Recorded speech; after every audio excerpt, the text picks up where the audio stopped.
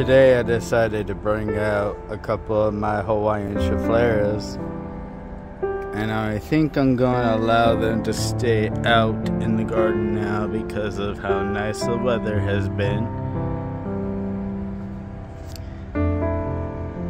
I've had this cascading one for a few years now. This one's newer. But they're both very healthy, very happy, looking very good.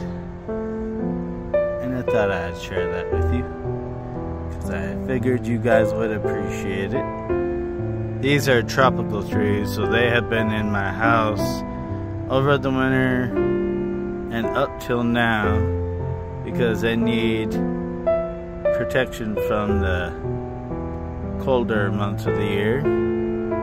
And now it's warming up, so they can come out and hang out with the rest of the crowd, like Mr. Willow here and the honeysuckle guy here. Anyways,